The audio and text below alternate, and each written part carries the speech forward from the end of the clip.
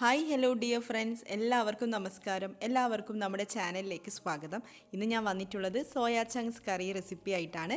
നല്ല ടേസ്റ്റി ആയിട്ടുള്ള ഒരു കറിയാണ്. നോൺ വെജ് കറിയുടെയൊക്കെ ടേസ്റ്റിൽ എല്ലാവർക്കും ഇഷ്ടപ്പെടുന്ന രീതിയിലാണ് ഈ ഒരു കറി തയ്യാറാക്കിയിരിക്കുന്നത്. അപ്പോൾ എല്ലാവരും ഒന്ന് ട്രൈ ചെയ്ത് നോക്കുക. സിമ്പിളാണ്, നമുക്ക് പെട്ടെന്ന് തയ്യാറാക്കിയെടുക്കാം. വീഡിയോ കണ്ടിട്ട് നിങ്ങൾക്ക് ഇഷ്ടപ്പെടുകയാണെങ്കിൽ വീഡിയോ ലൈക്ക് ചെയ്യുക, മറ്റുള്ളവർക്ക് ഷെയർ ചെയ്ത് കൊടുക്കുക. പിന്നെ ട്രൈ ചെയ്ത് നോക്കാനും മറക്കരുത്. 1.5 കപ്പ് സോയാ ചങ്ക്സ് എടുത്തിട്ടുണ്ട്. അപ്പോൾ സോയാ ചങ്ക്സ് കുക്കറിലേക്ക് ഇട്ട് കൊടുക്കാം. ഇത് അരമണിക്കൂർ ചൂട് വെള്ളത്തിൽ കുതിർത്തി വെച്ചിട്ടുണ്ടായിരുന്നു. എന്നിട്ട് ആ വെള്ളം കളഞ്ഞു. അതിനുശേഷം തണുത്ത വെള്ളത്തിൽ 1-2 തവണ കഴുകിയെടുത്തു. ആ വെള്ളം നന്നായിട്ട് പിഴിഞ്ഞെടുത്തതാണ്. ഇതിലിപ്പോൾ ഒട്ടും വെള്ളമില്ല. എന്നിട്ട് ഓരോ സോയാ ചങ്ക്സും നമുക്ക് ചെറിയ കഷ്ണങ്ങളാക്കിയെടുക്കാം.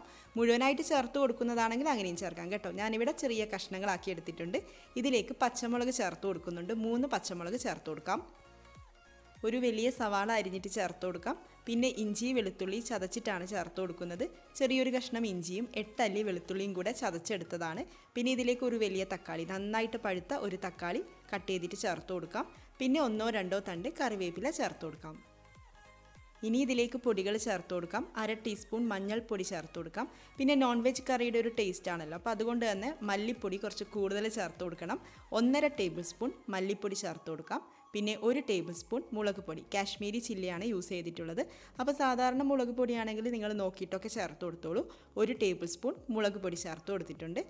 പിന്നെ ഇതിലേക്ക് പെരിഞ്ജീരകം പൊടിച്ചതാണ് കേട്ടോ. ഇത് 2 ടീസ്പൂൺ പെരിഞ്ജീരകം പൊടിച്ചത് ചേർത്ത് കൊടുക്കാം. അതുപോലെ 1 ടീസ്പൂൺ ഗരം മസാല ചേർത്ത് കൊടുക്കാം. പിന്നെ ഇതിലേക്ക് ആവശ്യത്തിന് ഉപ്പ് കൂടെ ഒന്ന് ചേർത്ത് കൊടുക്കാം. അപ്പോൾ ഇത്രയും കാര്യങ്ങൾ ചേർത്തിട്ട് ഒന്ന് നന്നായിട്ട് മിക്സ് ചെയ്തെടുക്കാം. അതിനുശേഷം ഇതിലേക്ക് വെള്ളം ചേർത്ത് കൊടുക്കാം. സോയാ ചങ്ക്സ് മുങ്ങി നിൽക്കുന്ന വണ്ണം വെള്ളമൊന്നും ഒഴിച്ചു കൊടുക്കേണ്ട. സോയാ ചങ്ക്സ് വേവിച്ചെടുക്കാൻ വേണ്ടിയിട്ട് കൂടുതൽ വെള്ളത്തിൻ്റെ ആവശ്യമൊന്നുമില്ല. അപ്പോൾ ഗ്രേവിക്ക് അനുസരിച്ചിട്ട് വെള്ളം ചേർത്ത് കൊടുക്കാം. 1/2 കപ്പ് മുതൽ 1/4 കപ്പ് വരെയൊക്കെ മതിയാവും. ഇതൊരു കറിയാണല്ലോ, അതുകൊണ്ടാണ് കുറച്ച് കൂടുതൽ വെള്ളം ചേർത്ത് കൊടുക്കുന്നത്. അപ്പോൾ വെള്ളം ചേർത്തിട്ടൊന്ന് നന്നായിട്ട് മിക്സ് ചെയ്യാം. അതിനുശേഷം നമുക്ക് അടച്ചു വെച്ചിട്ട് കുക്ക് ചെയ്തെടുക്കാം. 4 വിസിൽ വരുന്നത് വരെ നമുക്കൊന്ന് വെയിറ്റ് ചെയ്യാം.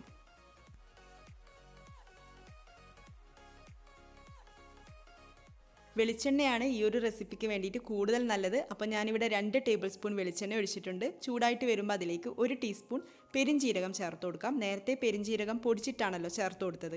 പിന്നെ ഇതിലേക്ക് 1-2 വറ്റൽമുളക് ചേർത്ത് കൊടുക്കാം. അപ്പോൾ പെരിഞ്ജീരകവും വറ്റൽമുളകും ഒന്ന് മൂപ്പിച്ചെടുക്കാം. അതിനുശേഷം ഇതിലേക്ക് ചുവന്നുള്ളി ചേർത്ത് കൊടുക്കുന്നുണ്ട്. 3-4 ചുവന്നുള്ളി ഇതുപോലെ ചെറിയ കഷ്ണങ്ങളാക്കിയിട്ട് ചേർത്ത് കൊടുക്കാം.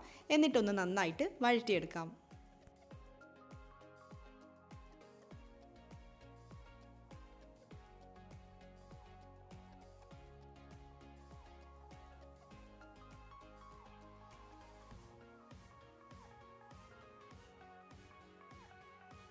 ഉള്ളി ഒന്ന് വാടിത്തുടങ്ങുന്നുണ്ട്. ഈ സമയം നമുക്കിനി ഇതിലേക്ക് മഞ്ഞൾപ്പൊടി ചേർത്ത് കൊടുക്കണം.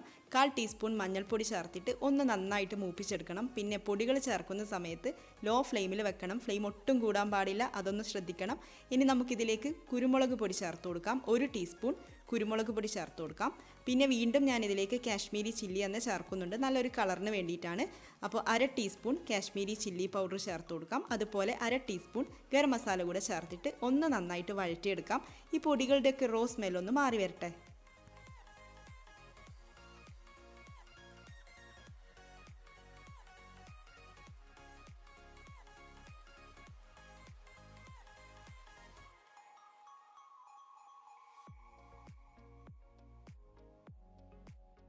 ഇനി ഇതിലേക്ക് വേവിച്ച് വെച്ചിരിക്കുന്ന സോയാ ചങ്ക്സ് ചേർത്ത് കൊടുക്കാം. 4 വിസിൽ വന്നിട്ട് കുക്കറിൻ്റെ പ്രഷർ കംപ്ലീറ്റ് പോയതിന് ശേഷമാണ് തുറന്നു കൊടുക്കേണ്ടത്. അങ്ങനെ വരുമ്പോഴാണ് സോയാ ചങ്ക്സ് നന്നായിട്ട് വെന്ത് കിട്ടുന്നത്. ഇതിവിടെ ഇപ്പം നല്ല സോഫ്റ്റായിട്ട് ഇരിക്കുന്നുണ്ട്. ഇനി നമുക്കിത് അടച്ചു വെക്കൊന്നും വേണ്ട, തുറന്ന് വെച്ചുകൊണ്ട് ഒരു 2-3 മിനിറ്റ് ഇങ്ങനെ ഇളക്കി കൊടുക്കാം. ഈ ഒരു സമയത്ത് എരിവും ഉപ്പൊക്കെ നോക്കാം. എരിവ് കുറവാണെങ്കിൽ കുരുമുളക് പൊടി ചേർത്ത് കൊടുക്കാം. ഉപ്പ് ഇവിടെ കുറച്ച് കുറവാണ്, അതുകൊണ്ട് ഞാൻ കുറച്ച് ഉപ്പ് ചേർത്ത് കൊടുക്കുന്നുണ്ട്. നന്നായിട്ട് ഇങ്ങനെ ഇളക്കി കൊടുക്കാം. പിന്നെ ഗ്രേവിക്ക് അനുസരിച്ചിട്ട് വെള്ളം ഒഴിച്ചു കൊടുക്കാം കേട്ടോ. വെള്ളം ചേർക്കുമ്പോൾ ചൂടുവെള്ളം തന്നെ ഒഴിച്ചു കൊടുക്കണം. ഞാനിവിടെ ഒരു 1/4 കപ്പ് അളവിൽ ചൂടുവെള്ളം ചേർത്ത് കൊടുത്തിട്ടുണ്ട്.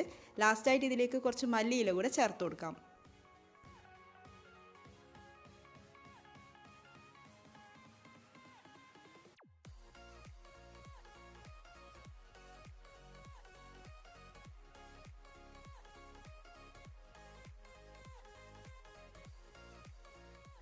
അങ്ങനെ നമ്മുടെ സോയ ചങ്ക്സ് കറി ഇവിടെ റെഡി ആയിട്ടുണ്ട്. ഇതിൽ കാണുന്നത് പോലെയല്ല, കുറച്ചുകൂടെ ഡാർക്ക് കളറാണ്.